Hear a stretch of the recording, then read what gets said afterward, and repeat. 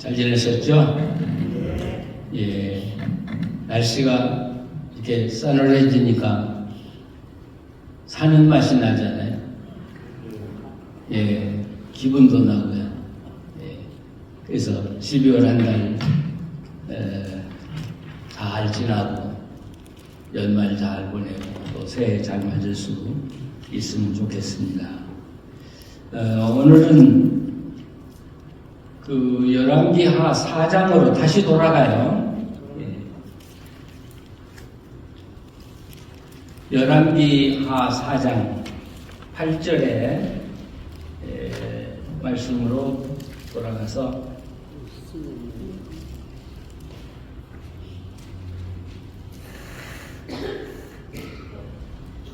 8절에서 10절까지만 우리 함께 읽으실까요?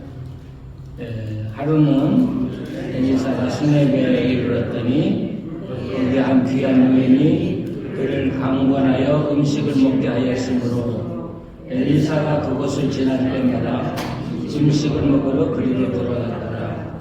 여인이 그 남편에게 이르되 항상 우리를 지나가는 이 사람은 하나님의 거룩한 사람인 줄을 내가 아노니 청하건대 우리가 그를 위하여 작은 방을 위에 만들고 책상과 촛대에 잘 우리에게 이르면 거기에 머물리라 하였더라. 아멘. 거기까지만 읽으시죠.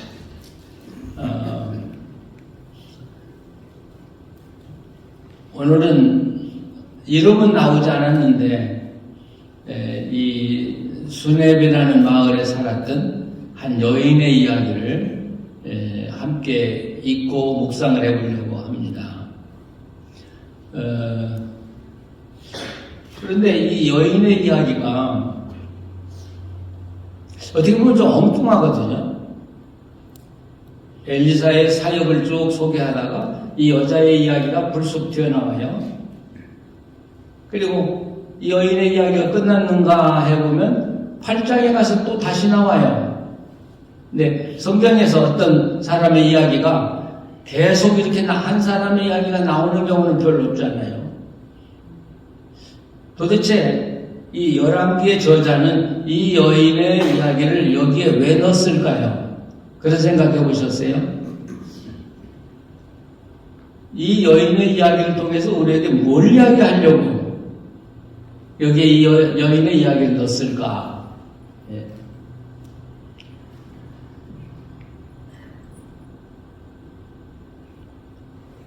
우리가 이렇게 신앙생활을 하다 보면 특별히 하나님의 은총을 입고 사는 사람을 만나요. 우리가 봐도 저분은 정말 하나님의 은혜 속에 살고 있구나. 저분은 특별히 하나님의 은총을 받고 살고 있구나. 그런 분 가끔 만나잖아요. 저도 이제 은퇴하고 좀 자유로우니까 한국에 가서 이 많은 지역의 교회들을 다녀보면 그런 분들을 꼭 만나요. 제가 사람인데 제 마음으로 봐도 저분은 하나님이 축복해 주시겠구나.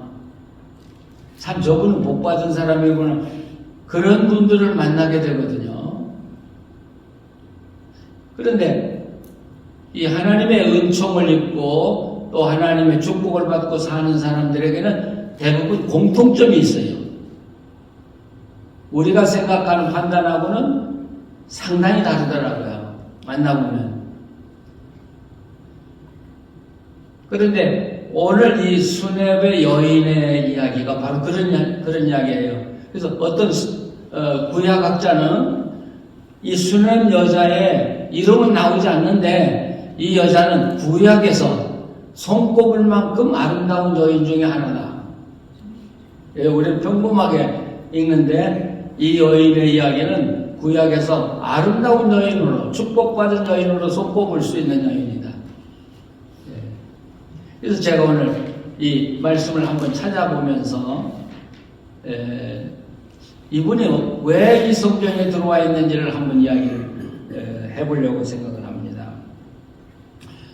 수넴이라고는 이 마을은 여러분 잘 알죠?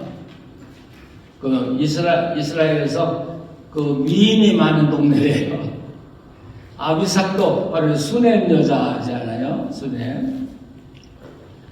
그런데 이스라엘 지도를 잠깐 보시면, 자, 그리고 여기 이제 갈릴리가 이렇게, 그림을 제가 잘 못 그려요. 제가 못하는 것 중에 두 개가 있어요. 그림 못 그리고 노래 못하고요. 갈릴리. 네, 갈멜이 여기거든요. 갈멜이. 근데 오늘도 성경에서 보면 엘리사가 갈멜에서 길갈로 내려갔다 그렇게 돼 있어요. 길갈.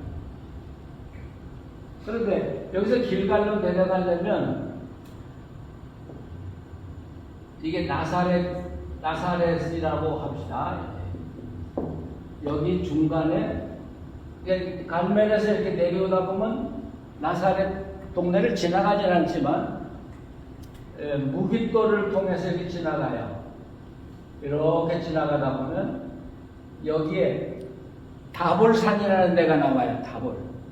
그래서 다볼, 그러니까 어디서나 다 볼 수 있어서 이름이 다볼이다 그러는데, 그건 아니고 그냥 사람들이 재미있게 이야기하는 것이고, 나사렛, 그 다음에 여기 다볼산이 있고, 그래서 이렇게 삼각형을 그려놓고 보면 여기서 이렇게 쭉 내려가면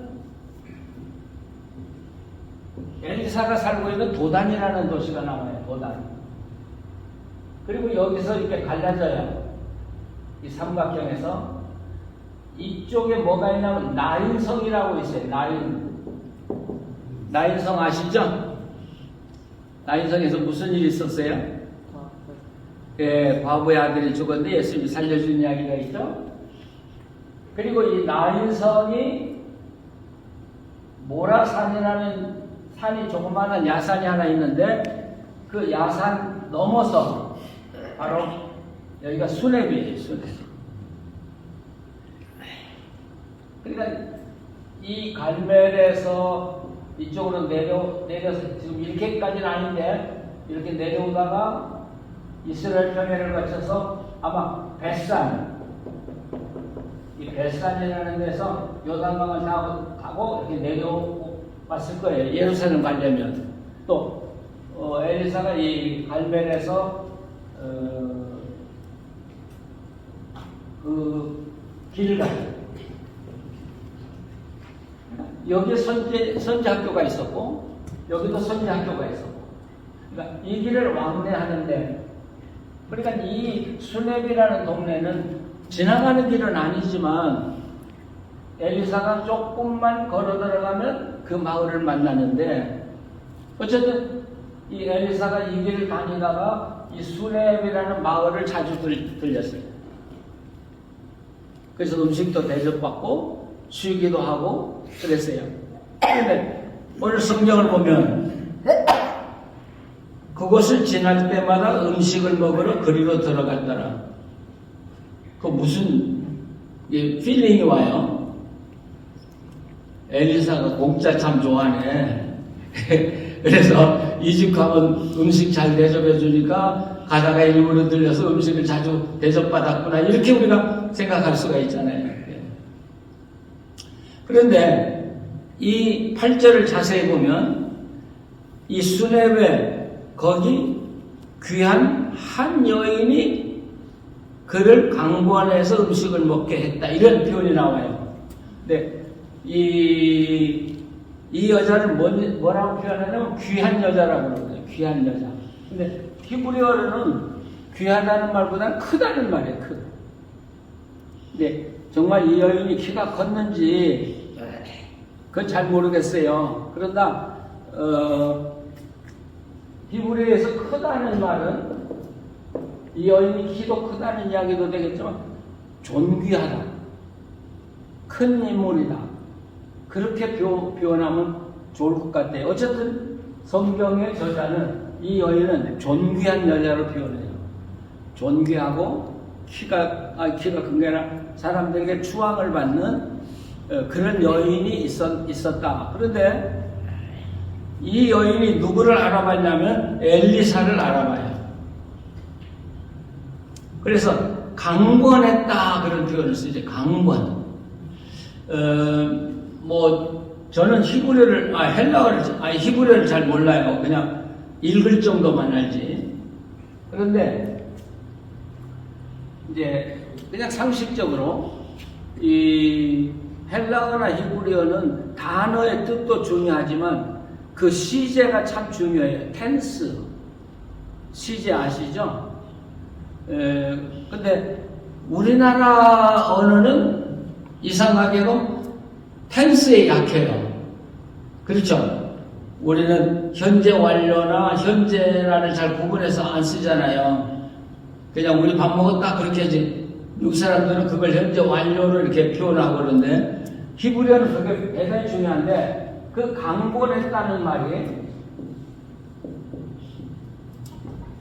강권했다는 말 여러분 다 아시잖아요. 그렇죠? 그러니까 붙들고 사정했다는 말이에요. 우리 집에 들어가서 음식도 드시고 쉬었다 가시라고. 그런데 여기서 한 가지 우리가 더 알아야 될 것은 이게 미완료라고 하는 형태예요. 미완료라고 하는 건 한 번만 모시고 들어갔다는 이야기가 아니라 계속 만나기만 하면 자기 집에 모시고 가서 식사 대접하고 쉬도록 했다. 계속해서.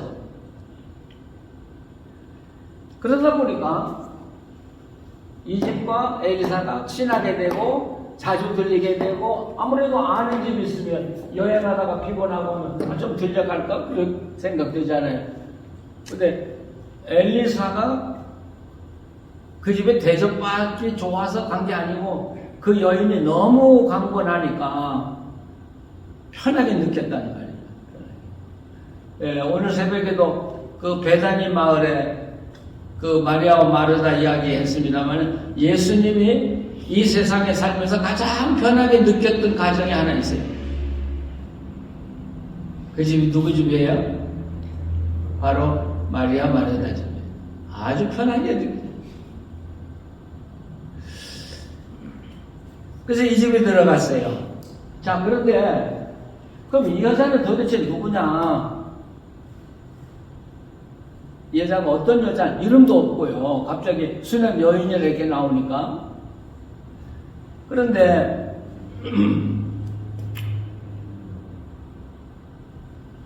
여기 보면 이 여자가 그 13절 보시죠. 13절 보면 엘리사가 자기 사환에게 이르되 너는 그에게 이르라 내가 이같이 우리를 위하여 세심한 배려를 하는도다. 내가 너를 위해 무엇을 하랴? 왕에게나 사령관에게 무슨 구할 것이 있느냐 하니 여인이 이르되 나는 내 백성 중에 거주하나이다 하니라. 이 엘리사가 너무 감사해가지고 엘리사에게 뭐라 그래요? 왕이나 군대 사령관에게 뭐 부탁할 거 있냐? 여러분 대통령 만날 일 있어요?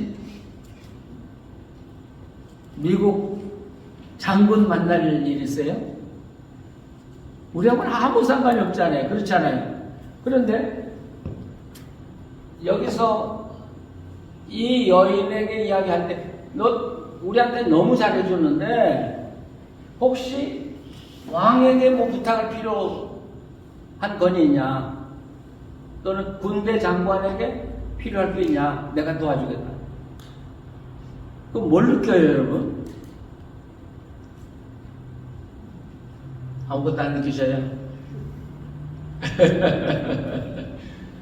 첫째로는 엘리사가 왕하고 막 통하는 사이가 됐다는 이야기죠.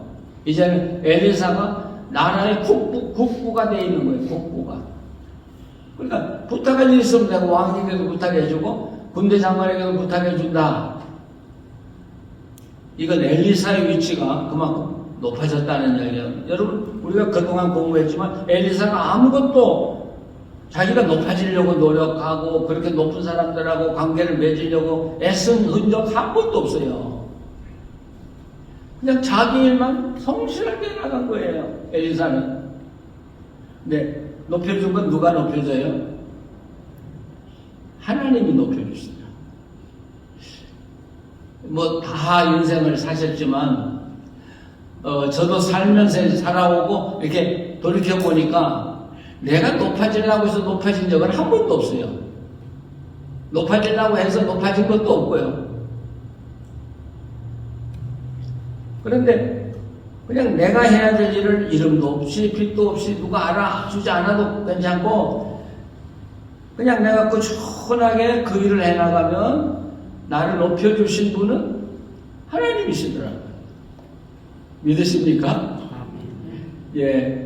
그러니까 은혜도 내가 받으려고 해서 받는 게 아니고 하나님이 내게 맡겨준 일, 뭐 가정일이면 가정일, 교회일이면 교회일, 또 내가 이웃을 위해서 봉사하는 일, 그걸 성실하게 해나가면 하나님은요 나를 어디에 쓸 줄도 아시고요, 내가 그렇게 살 때 하나님은 어떻게 높여줘야 될 방법도 알고요, 나는 몰라도 하나님은 다 아시고 하나님은 반드시 높여주시거든요. 엘리사도 그렇게 살았잖아요. 뭐 왕친구 되려고 노력하고 쫓아다녔겠습니까? 근데 우리가 인간관계에서도 늘 느낍니다만은 내가 볼 때 나보다 좀 괜찮고 이 친구 사귀어두면 나중에 어떤 때 덕을 볼 수 있겠다고 생각한 사람이라, 그래서 내가 일부러 노력해서 친구가 되고 친절의 관계가 됐다고 해도 그거 가지고는 좋은 관계 안 되잖아요. 그렇죠? 그 친구가 나를 보고 저 친구 사귀어들 만한 친구네 하고 그 친구가 나한테 왔을 때 비로소 좋은 관계가 되더라고요. 우리가 인생살이가 내가 노력한다고 되는 게 아니더라고요. 어쨌든 우리가 이 사건을 통해서 엘리사의 삶을 우리가 들여다볼 수 있고, 또 하나는요, 이 여자가 평민인데 이 남편은 신앙이 그렇게 좋지 않은 것 같아요. 그런데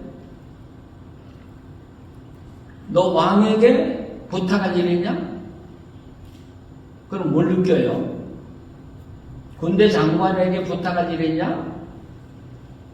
여러분, 제가 백악관 가는데 대통령에게 부탁할 일 있습니까? 그러면 여러분들 부탁할 일 없잖아요. 저도 들어갈 일도 없죠. 여러분 부탁할 일 하나도 없잖아요. 근데 이 사람에게 왕이나 군대 장관에게 부탁할 것이 있냐고 부탁할 정도면 이 남편의 위치가 어느 정도가 될 것 같죠? 그렇죠? 예. 그러니까 생각할 때 이분이 뭔가 아쉬운 게 있다면 왕이나 군대 장관을 통해서만 해결할 수 있는 문제를 안고 있을 정도의 위치라고 하면 이 집은 가난한 집이 아니라는 말이에요. 그리고 이 남편도 결코 낮은 평민이 아니라는 것이죠. 상당히 그 당시에 이스라엘의 그 높은 지위와 위치를 가지고 살았던 사람이 틀림없다는 것이죠. 근데 신앙은 별로 없습니다. 근데 반대로 이 부인은 굉장히 신앙이 좋아요.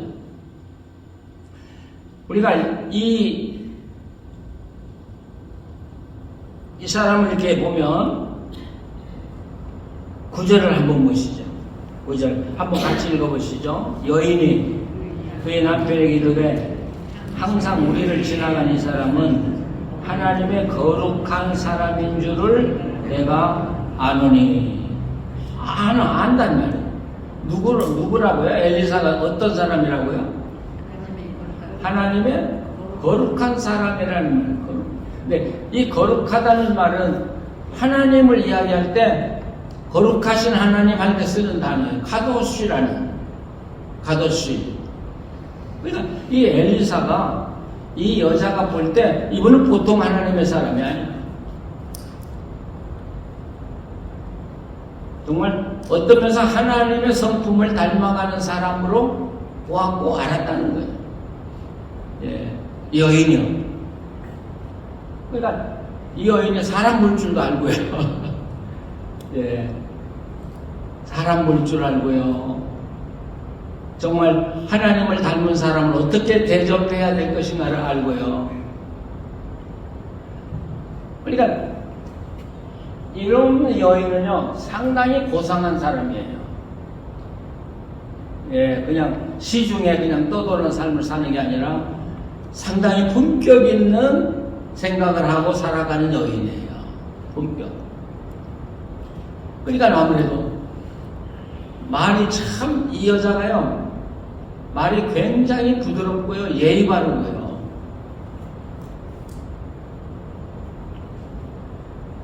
자, 지금 제가 이 성경 이야기를 하고 있는데 하나님이 사랑하는 사람이 어떤 사람인가를 지금 이야기하고 있는 거예요. 이해가 되시죠? 예, 그냥 아무렇게나 산다고 하나님이 좋아하고 사랑하는 거 아니더라고요. 하나님의 마음에 합하게 살아가는 그런 태도, 바로 이 여인이 그렇게 살아가는 것이죠.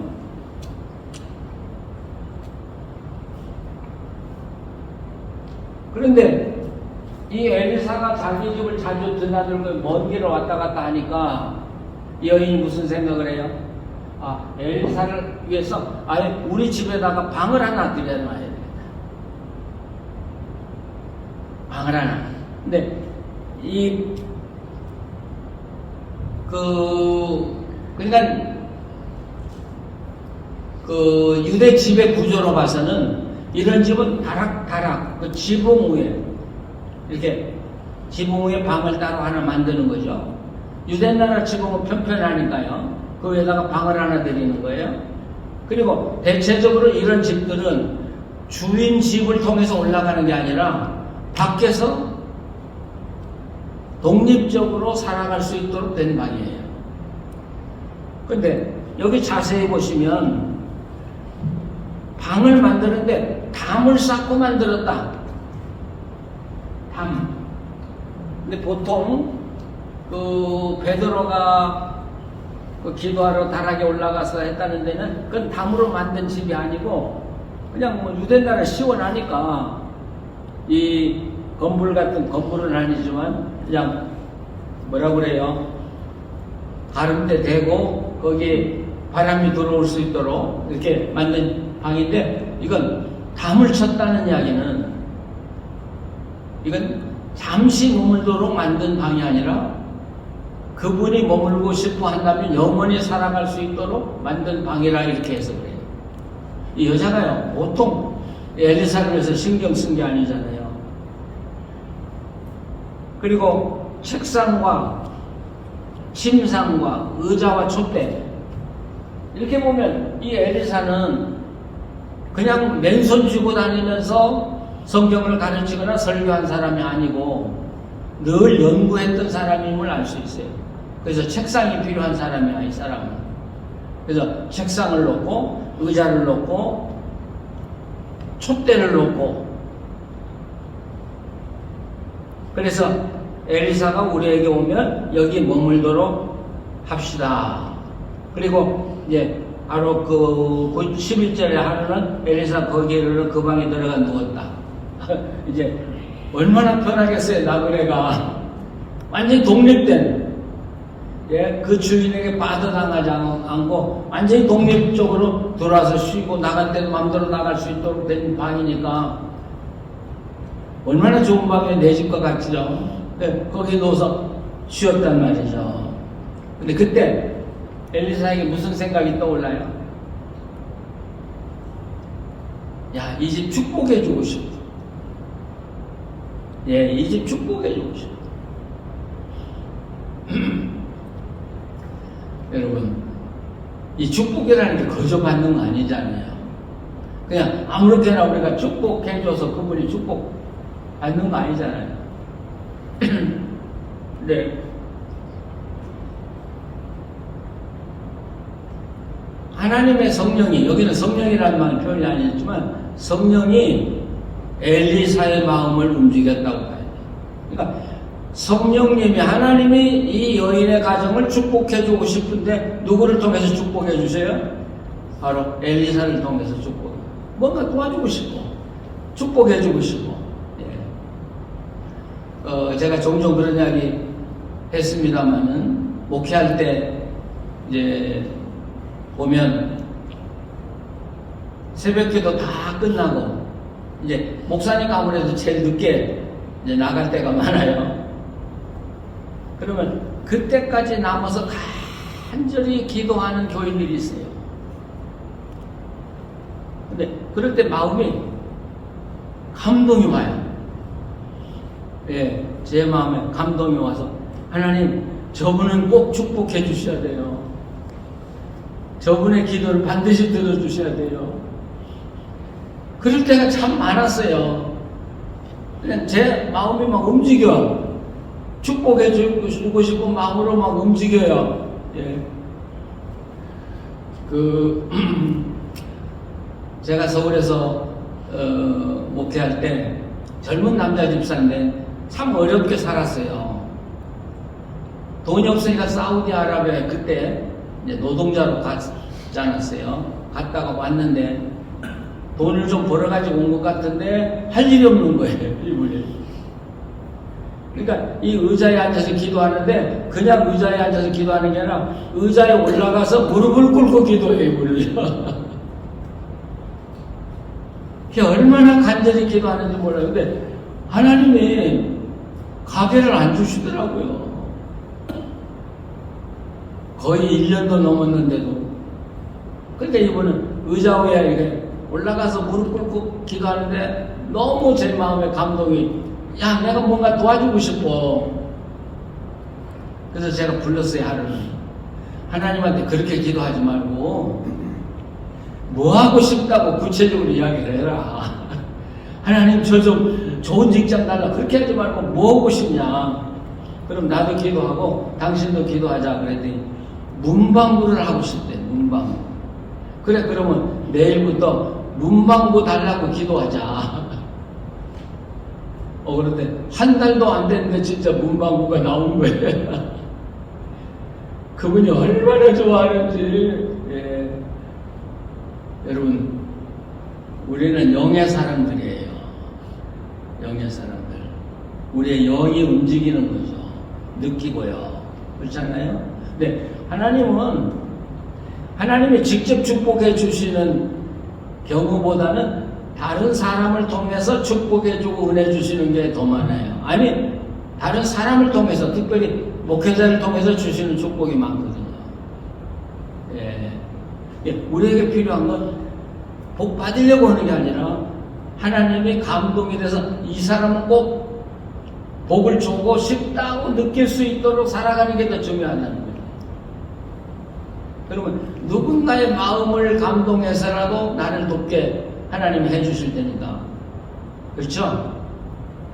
예. 지금 우리는 이 엘리사를 통해서 바로 그런 마음을 우리가 보고 있잖아요. 게하시를 불러가지고, 야, 이 여인이 나를 위해서 그렇게 배려를 해주는데 내가 뭐 돕고 싶다. 나 축복해주고 싶다. 왕에게 부탁할 일이 있는지, 또 장군에게 부탁할 일이 있는지 있으면 부탁하라고 해라. 네, 이 여인이 뭐라고 대답해요? 13절 맨 마지막. 여인이 이르되 나는 내 백성 중에 거주하나이다. 이게 무슨 말이에요? 성경 공부 시간에는 대답도 하고 질문도 하고 그래도 괜찮아요. 설교 시간 아니니까. 뭐라고 그러죠? 나는 내 백성 중에 거주하나이다. 김도정 장님, 이게 무슨 뜻인 것 같아요? 아니, 공격하려고 하는 거 절대 아니에요. 예? 이순엘 여인이 특별한 대우를 내가 받고 싶은 마음이 없다. 예. 고마워요. 우리 살아가는 이 사람들. 그렇습니다. 예. 우리 장로님. 무슨 뜻 같아요? 예, 그 같이 있는 우리 교인들 다 축복해 달라는 얘기. 예. 우리 박 장로님. 그거는 요새 조금 잘 살고 있습니다. 예. 원래 성경은 자꾸 토론을 해야 내가 한번 이야기한 건 평생 안 잊어버리는 거예요. 예, 그렇습니다. 나는 이 백성 중에 그냥 거주하고 있는 사람이다. 나 평범한 사람입니다. 나 지금까지 하나님 주신 은혜로 살고 있고 더 바랄 것도 없습니다. 난 이 백성들과 함께 재미있게 나는 그냥 살고 있습니다. 이대로 만족합니다. 이런 뜻이에요. 얼마나 소박해요, 여인이. 근데 게하시가 나중에 이 집에 아들이 없습니다. 그래서 엘리사가 축복해 주잖아요. 내일 이맘때 아들을 낳을 거다. 아들을 낳을 거다.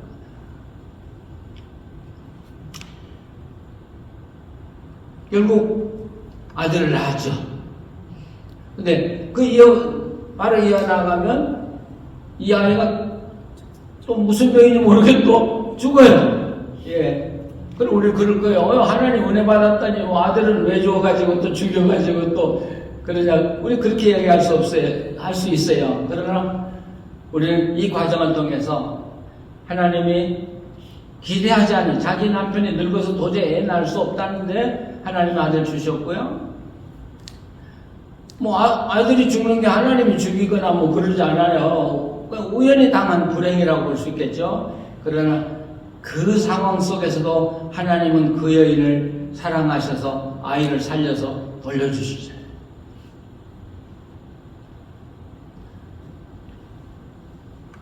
자, 이런 것을 통해서 우리는 하나님의 은혜를 받고 살아가는 사람들은 어떻게 사는 사람이다 하는 걸 우리가 느낄 수 있는데, 우리가 여기서 한 가지 특별한 것은 이 여인은 엘리사라고 하는 사람하고 특별히 깊은 관계를 가지고 살아가요. 엘리사가 누구예요? 선지자예요. 근데 우리가 선지자 그런데 쉽게 말하면 오늘 설교가예요. 선지자는 예배서 4장에 보면 초대교회 직분이 나오는데 제일 위에 아래 없지만은 위에 사도, 두 번째가 예언자, 선지자예요. 선지자, 그 다음에 목사, 교사 이렇게 나와요. 그럼 초대교회 때 그 예언자, 선지자는 누구냐?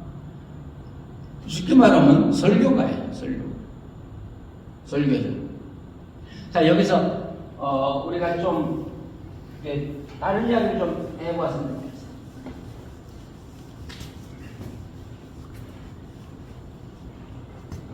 우리가 믿음 생활 잘하고 하나님의 은혜를 누리는 최고의 비결은 말씀을 가지고 살아가는 사람, 말씀을 전하는 사람과 가깝게 살아가는 길이에요. 왜 그럴까요? 목사한테 잘하면 복 받는다는 말 단순히 그 이야기 아니에요.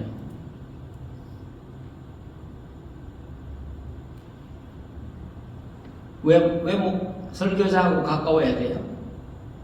제가 설교자니까, 저 은퇴한 사람이니까 괜찮아요. 저 설교가 아니에요. 아무래도 설교자가 연관이 있으니까. 예? 설교자가 쉬운 말로 연발이 세니까 연발이 세니까 그 영향을 가까이에 시하면 그 영향을 가장 많이 받게 되지 않습니까?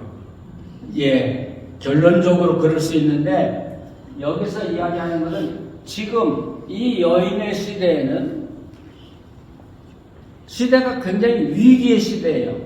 여호와의 종교가 다 말살이 되고 이제 소생하고 이제 막 살아나고 있는 그때니까 이 여인의 신앙 지키고 산다는 게 얼마나 어려운 일이에요. 그렇잖아요. 상황이. 우리가 이 마을에 하나님을 믿는 사람이 하나도 없고 교회도 없는데 나 혼자 믿음 생활한다고 할 때 그 얼마나 어려운 일이에요. 그럴 때 우리에게 가장 중요한 건 뭐냐? 말씀이거든요. 이 열왕기서와 역대기서에서 하는 이야기는 예언자, 선지자하고 똑같은 이야기예요.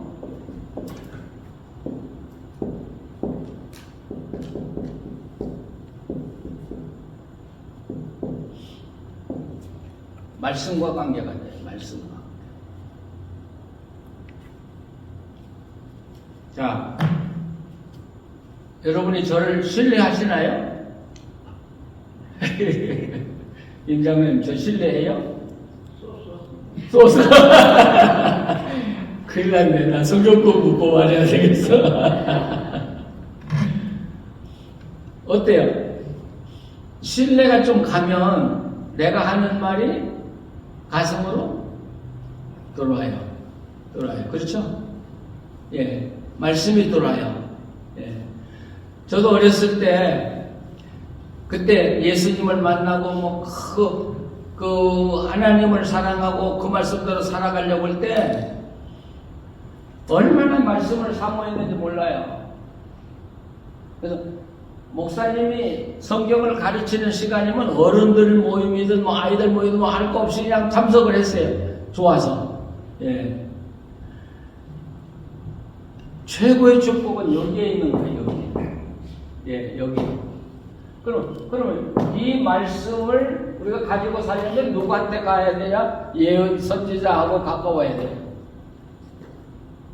그래야 이분을 통해서 하나님 말씀을 들을 수 있고 하나님 말씀대로 살아갈 때 어떻게 되는가를 볼 수 있어요. 그래서 무조건 목회자에게 잘하는 이야기는 아니잖아요. 그래서 여기 오늘 우리가 이 말씀 보면 엘리사를 뭐라 그래요? 이 여인이 선지자라고 안 부르고 하나님의 사람이라고, 거룩한 하나님의 사람이라고. 그래서 사실 우리 목회자가 참 무거워요, 어깨가. 그렇죠? 사람들이 저를 볼 때, 하나님의 사람이야. 그렇게 인정을 받을 수 있다면, 사실 없지만, 있다면, 나도 행복하고, 그분도 행복하고, 교회도 행복해.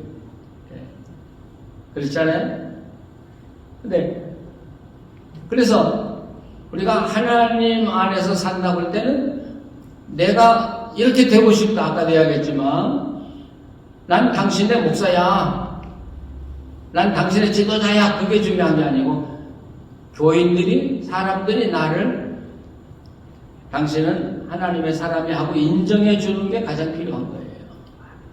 그럴 때 결국 나도 살고 교인들도 사는 거예요. 여기서 우리가 하나 더 나가보면 예언자라는 말이 구약엔 나비라고 그러는데요. 이 나비는 미래를 예언한다는 말은 전혀 의미가 없어요. 이건 단지 무슨 뜻이냐면 나비라는 말은 하나님 앞에서 살아가는 사람, 하나님을 대신해서 우리에게 말씀하는 사람, 그런 뜻이에요. 근데 이 나비라는 히브리 말이 헬라어로 성경이 요한복음, 예를 들어 요한복음으로 기록할 때 헬라어에서 프로페테스라는 이 프로스라는 앞에라는 말이 붙으면서 예언자라는 말로 돼버렸어요. 원래 나비는 미래를 예언한 사람이 아니에요. 아시겠어요? 그러니까 많은 사람들이 성령 받은 사람 오면 나 어떻게 되겠냐 말이죠. 묻고 가서 내 병 났는데 낫겠냐? 아니, 그건 예언자가 하는 일이 아니에요. 예언자는 하나님의 말씀을 받아서 바르게 전달하고 살아가는 사람이 예언자예요. 선지자고.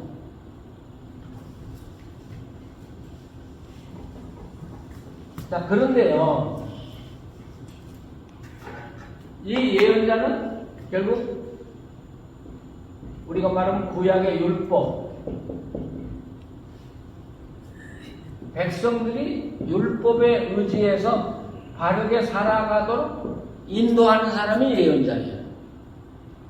미래를 예언해 주는 게 아니고 하나님의 말씀을 따라서 바로 살아가도록 이끌어주고 지도하는 사람이에요. 선지자는. 오늘 목사예요. 그게 설교가고. 그럼 여기서 중요한 이야기는 율법이 뭐냐는 거예요. 율법이 뭐냐. 구약에서 율법은 토라 그래요. 특별히 구약 성경에 37권이죠. 아니 39권 3, 9, 27. 그 중에 5권만 토라라 그래요. 창세기, 출애굽기, 레위기, 민수기, 신명기. 네, 그럼 토라가 뭐냐? 결론적으로 이야기하면 토라는 법이 아니에요. 법이 아니에요. 법이라는 의미가 전혀 없어요. 히브리어에서 토라는. 근데 우리가 율법이라고 하니까 법이 돼버렸어요. 그럼 토라는 뭐냐? 토라는 훈계하고 교육하고 지도하고 이끌어주는 거예요. 전혀 다르죠? 그러니까 쉽게 말하면 우리가 살아갈 지침을 가르쳐 주는 게 토라지 법이 아니에요. 그러니까 율법을 지켜야 우리가 구원받는 거 아니요? 그거 아니라니까요. 그건 하나님의 백성인 우리가 하나님하고 함께 살려면 적어도 이런 룰을 지키면서 살아가야 된다. 그래서 이 토라의 기본이 뭐예요? 십계명이에요. 십계명. 십계명이 무서운 법이 아니고 하나님과 함께 살아가는 사람은 적어도 이 10개는 지켜야 된다. 이게가 십계명이죠. 그러면 이 십계명은 어디에 근거를 두었을까요? 이 십계명 어디에 근거를 두었어요? 양심에 근거를 두었어요. 바로 로마서 1장에 바울이 이야기하는 대로 양심. 그래서 제가 로마서 강의할 때 그런 이야기 한 적이 있어요. 자연법 이야기했어요. 그 당시에 로마는 세계 사람들이 다 모여들어 사는 나라니까 법이 다 다르단 말이죠. 그렇잖아요. 뭐 예를 들면 멕시코 법 다르죠. 콜롬비아 법 다르죠. 중동 법 다르죠. 중동 사람들은요 도둑질을 하고도 신의 뜻이다 그러면 죄가 없어요. 야 이게 미국 와서 산다고요. 지금 우리하고 똑같이. 그러면 상충되잖아요. 법을 지켜야지. 그러면 난 법 지켰어. 누구 법 지켰냐면 알라 신의 법을 지켰어. 이게 지금 혼란이야. 그럴 때 로마는 뭘 썼냐면 자연법이라는 걸 썼어요. 자연법. 자연법은 어디에 기초를 두고 있냐면 양심에 기초를 두고 있어요. 이렇게 생각하면 쉬워요. 뭐죠? 무슨 테스트? 거짓말 탐지기? 예, 거짓말 탐지기. 저도 달라스에 빈넬이 있을 때 거짓말 탐지기 한번 당할 뻔 알았잖아요. 예, 교회가 불탔는데 너무 교인들이 좋아하니까 FBI가 와가지고 왜 불났는데 좋아하냐? 너희들 일부러 불낸 거 아니야? 그래가지고 담임 목사가 1번 순서가 다 잡혔어요. 근데 나는 죄가 하나도 없는데도 가슴이 노곤노곤한 거예요. 근데 하루 전인가 이틀 전에 연락이 왔어요. 범인이 잡혔기 때문에 당신 거짓말 탐지기는 안 해도 된다. 근데 왜 거짓말 탐지기가 있어요? 양심이라는 것 때문에. 법은 각각 다른데 양심은 똑같다라는 거예요. 거짓말 탐지기 갖다 대면 거짓말한 사람 다 걸리는 거예요. 이게 자연법이에요. 예, 자연법. 자, 자연법에서 10계명이 나오고 10계명에서 도라가 나왔어요. 그럼 자연법은 뭐냐? 뭐 특별한 게 아니고 인간이면 보편가당한 길을 걸어가도록 해주는 게 양심이에요. 아주 쉬워요, 여러분. 양심법은, 자연법은 아주 쉬워요. 내가 죄를 졌냐 안 졌냐 그게 문제가 아니라 그렇게 하니까 당신 양심이 편안해? 편안해. 그러면 됐어. 괜찮아. 근데 당신 그렇게 하니까 편안해? 내가 괜찮아. 그런 것 가지고는 내가 괜찮다고 해도 그분의 양심은 편안하지 않아. 그러면 뭐예요? 잘한 거예요? 잘못한 거예요? 잘못한 거예요. 여러분, 우리 성경의 법이 특별한 거 아니에요. 특별한 거 아니에요. 하나님이 우리 양심에 주신 대로 보편적인 진리를 따라 살고 그러면 우리에게 평안이 와요. 기쁨이 오고요. 목사님, 성경에 말입니다. 예? 성경에서 율법은 우리 인간들이 죄를 깨닫게 하는 역할을 한다는 말이 있지 않나요? 그건 그러니까 율법을 알므로써 죄를 더 명확하게 아는 거죠. 그런데 그 근거는 양심이란 말이에요. 양심. 법을 갖다 내기 전에. 그런데 유대인들은 율법이 662가지인가 있다고. 그러니까 지금 장로님 말씀하는 건 유대인이 생각하는 율법하고 구약에서 말하는 토라가 또 달라요. 예, 그래서 거기 예수님이 그걸 공격하는 거예요. 그러니까 예를 들면 유대인들은 율법을 잘 지키기 위해서 법을 몇백 개씩 만들어 놨는데 문제는 뭐냐? 하나님이 그 법을 내신 이유가 뭐냐를 따져야 되는데 그게 더 중요한데 유대인들은 하나님 어떻게 생각하는지 그건 상관이 없고 자기들은 율법대로 지켰으니까 하나님 기뻐하실 거다. 이게 예수님이 공격한 거야. 화인 맞은 이 독사의 새끼들아. 하나님이 어떻게 생각하느냐가 중요하지 너희들이 법을 지킨 게 중요한 게 아니지 않냐. 결국 법을 지키려고 하다가 예수님을 십자가에 못 박은 거예요. 오늘 우리도 마찬가지예요. 법이 중요한 게 아니고 안식일을 열심히 지켰으니까 하나님 나 기뻐할 거다. 천만의 말씀. 왜 안식일을 하나님이 우리들에게 주고 지키게 했냐? 하나님의 마음을 읽고 하나님 마음에 따라서 안식일을 지킬 때, 주일을 지킬 때 하나님을 기뻐하는 거지. 하나님 생각은 아무 상관이 없고 내가 했으니까 됐다. 이게 바로 유대인들과 우리 크리스찬 성령의 사람과의 차이란 말이죠. 예. 그래서 아주 쉬워요. 우리 신앙생활하는 거. 내가 그렇게 하고 마음 편안하세요? 그럼 됐어요. 괜찮아요. 하나님이 기뻐하셔요. 근데 남들은 다 편안하다고 그러는데 괜찮다고 그러는데 나는 안 편해. 그러면 당신 하나님한테 잘못한 거야. 안 편한 거야. 그래서 이 토라를 연구해 보니까 하나님이 주신 토라대로 살면 평안이 와요. 나한테. 그렇죠?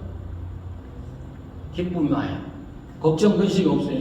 내가 하나님 앞에 하나님 사랑하고 살았는데 뭐. 그래서 하나님이 내신 이 토라의 정신을 가지고 살아가면 나도 평안하고 다른 사람도 평안하게 만들고 또 내가 나가서 다른 사람에게 평화를 끼칠 수 있고. 자, 엘리사는 바로 그 일을 하러 와 있던 사람이에요. 뭐 특별한 일을 하려고 하는 게 아니고.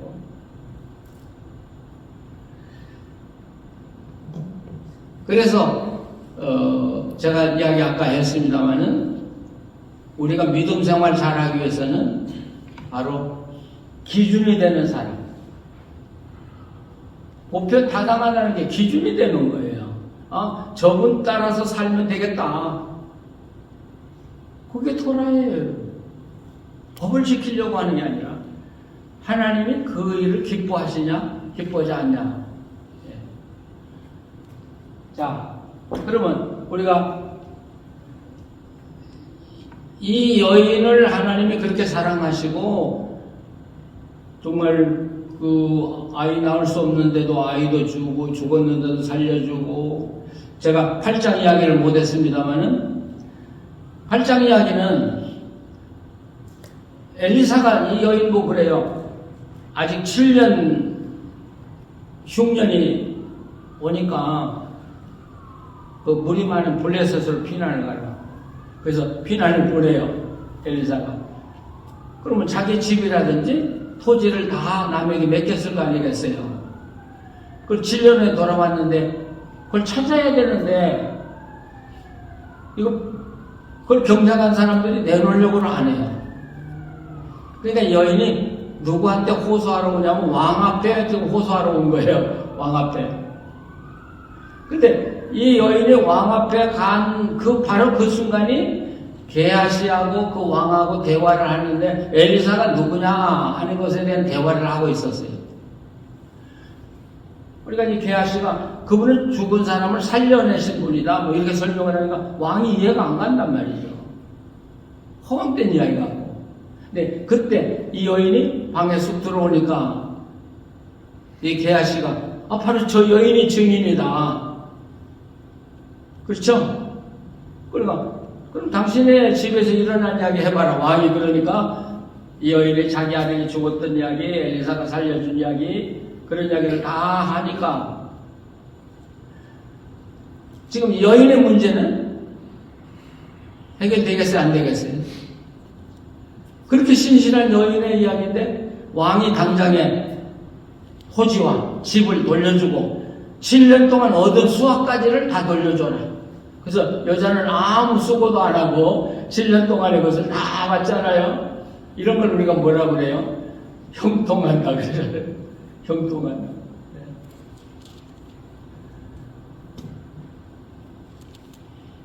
네. 여러분, 형통은 있어요. 형통은 있어요. 제가 아는 권사님 한 분은 혼자서 아들, 딸을 길렀어요. 근데 참 성품이 고와요. 예, 아주 성품이 고와요. 남에게 베풀기 좋아하고요.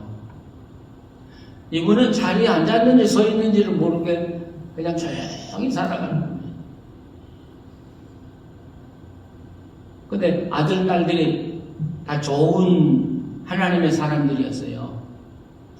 근데 어느 날 주일날 아침 이제 일찍 일어나서 일부 예배인도 하러 가려고 준비하고 있는데 전화가 왔어요. 바로 그 집에서 전화가.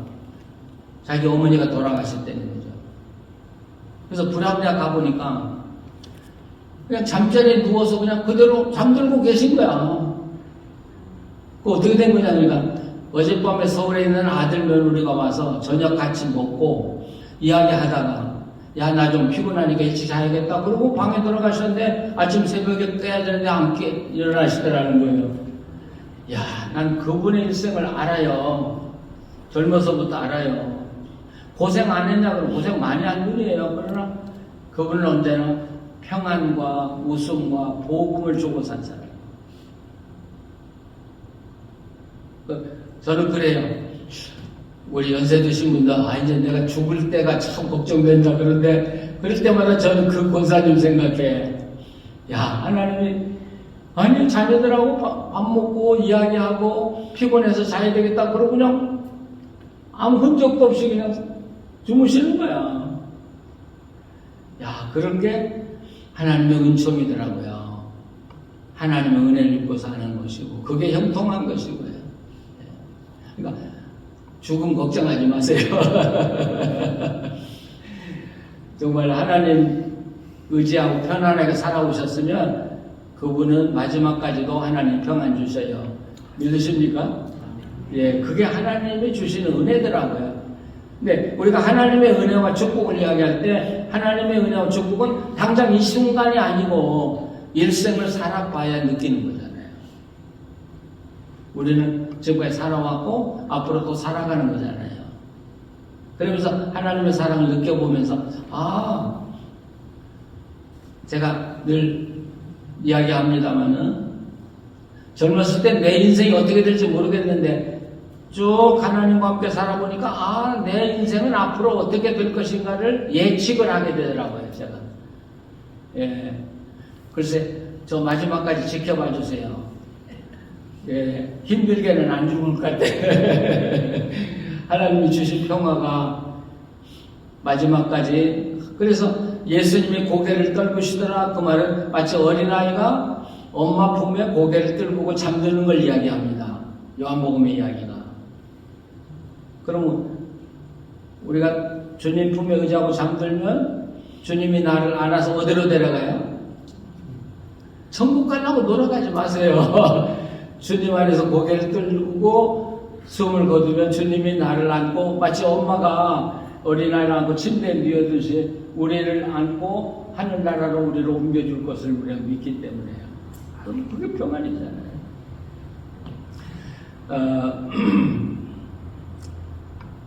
근데 지난번에도 한번 이야기를 한 것으로 아는데요.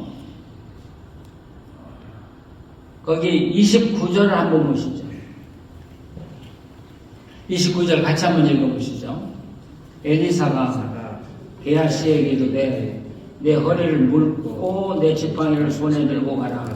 사람을 만나거든 인사하지 말며 사람이 내게 인사할지라도 대답하지 말고 내 지팡이를 그 아이 얼굴에 놓으라 하는지라. 아멘.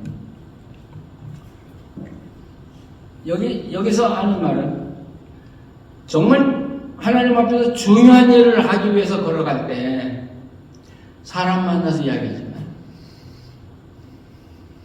이게 여러 번 나왔어요, 성경에. 그때도 제가 이야기를 했습니다만 목사가 예배 인도를 해야 되는데 예배 인도 1시간 전에 교인들하고 떠들고 놀면 그날 예배는 영혼의 힘이 다 빠져가지고 예배가 힘이 없어요. 이해하셔요? 우리 영적인 기운이 있어요. 예, 영적인 기운. 그러니까 여러분들이 자녀라든지 이웃집의 어려움, 구역 식구 어려움 당하는 사람을 위해서 기도해 줘야 되겠다고 한다면 그렇게 작정하고 기도할 때까지는 여러분이 함부로 말을 하거나 여러분의 기를 발산하면 안 돼요. 영적인 스피릿을 발산하면 안 돼요. 그걸 축적하는 축적. 제가 이상한 이야기 하는가요? 그래서 기도할 때 그 기도의 힘이 달라요, 여러분. 막 떠들고 이야기하고 기도한 거 하고요. 내가 그분을 위해서 기도하려고 아침부터 준비하고 그 스피릿을 축적을 하고 가서 기도하는 거하고는 영이 달라요. 힘이 달라요. 그래서 지난번에도 우리 젊은 그 부인이 거의 수술을 해도 살 수 없다, 의사들이. 그래서 그런데 앉아서 맨날 카톡만 하고 있어요. 내가 지금 형편이 이렇다, 의사하고 만났다. 그래서 내가 전화했어요. 너 그 이야기 누구도 하지 말고 카톡도 하지 말고 하나님하고만 성경을 읽고 기도하면서 준비해라. 그러면 하나님이 너 살려줄 것이다. 살았어요.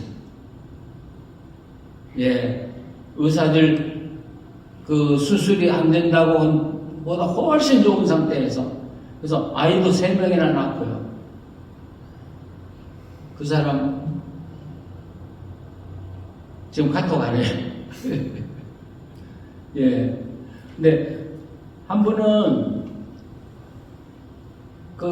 저한테 메시지가 왔더라고요.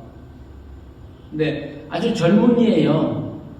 근데 주일날 교회를 갔는데 예배를 드리는데 의자에 앉아서 예배 드리는 게 너무 죄송하다는 거예요. 그러면서 내가 하나님께 무릎 꿇고 기도해야지. 그래서 다들 의자에 앉아서 예배 드리는데 자기 혼자 옆에 나와서 무릎 꿇고 예배 드렸다는 거예요. 그 이야기 듣고요, 얼마나 감동을 받았는지 몰라요. 예, 우리 크리스찬들은 함부로 내 영혼의 힘을 발산해서는 안 되고 소모해서는 안 되고. 아시겠어요? 그러니까 중요한 기도할 때일수록 축적을 하세요, 영을. 그러면 여러분이 기도할 때 내 기도의 힘을 느껴요. 이건 다른 기도하고는 달라요. 기도 받는 사람이 느끼는 힘이 또 달라요.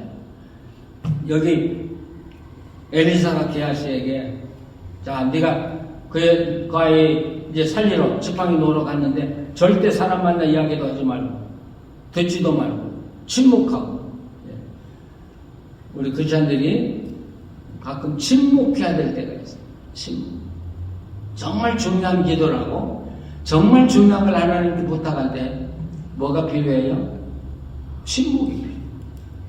침묵과 함께 뭐가요? 말씀이 필요해요. 이 말씀의 힘이 내 영혼을 강건하게 해주거든요. 그럴 때 이 영적인 이 힘이 하나님이 나를 통해서 역사하시고 기도를 통해서 그들을 치료해 주시고 응답해 주십니다. 그래서 우리 장로님들도 여기 계시고 우리 권사님 집사님들 다 계시지만 저는 주일날 대표 기도도 그냥 가볍게 생각하지 말고 영혼의 힘을 축적해서 정말 내 온 힘을 하나님에게 올려드리는 그런 기도가 필요해요. 네, 그런 기도가. 네, 그런 기도 한 사람의 그 산 기도가 전체 교인들의 영혼을 치료할 수 있거든요. 그런 경우를 제가 많이 봐요. 아니, 제가 경험하는 게 아니라 교인 중에서 그런 영의 힘을 가진 사람들이 기도를 통해서 교인들이 교인의 기도를 통해서 은혜를 받고 치료를 받는 경우를 많이 보거든요. 그래서 우리 기독교가 조금 무거웠으면 좋겠어요. 가볍지 말고 좀 무겁고 신중하고 하나님과 더 가까워지고 특별히 이 말씀, 보편타당한 말씀 가지고 살아감으로써 하나님이 나를 볼 때 기뻐하고 사람들이 나를 볼 때 기뻐하고 또 나와 만나서 이야기하는 사람이 기뻐할 수 있는 그런 삶. 그래서 오늘 이 여인의 이야기에서 제가 가장 귀하게 생각하는 건 이 여인이 볼 때 엘리사가 거룩한 하나님의 사람이라는 점이에요. 내가 하나님의 사람이다. 그렇잖아요. 내가 하나님의 사람이니까 방도 드리고 나 좀 쉴 수 있도록 그러면 누가 해요? 욕 바가지로 하지. 그래서 구약이나 신약에 참 예언자보다 거짓 예언자가 더 많더라고요. 억질로 대접을 빼앗아 받으려는 사람들은 거짓 예언자들이야. 네, 참 하나님의 사람들은 그렇게 살잖아요. 남이 나를 보고 평가하고 나를 인정하고. 예. 그래서 정말 하나님 말씀을 통해서 다른 사람이 하나님의 기뻐할 수 있는 삶의 자리에 서서 살아가도록 만들어주고 내가 살아가는 모든 공동체에 참된 평화가 이루어지고 그럴 때 그 축복받은 사람이죠. 지금까지 복음의 우림교회가 이런 은혜로운 교회로 성장해 왔는데 앞으로도 온 교회가 정말 하나님의 은혜를 누리고 보편타당한 하나님의 말씀을 가지고 살아가는. 네. 그럼 우리 가정에 평화가 이루어질 거 아니겠어요?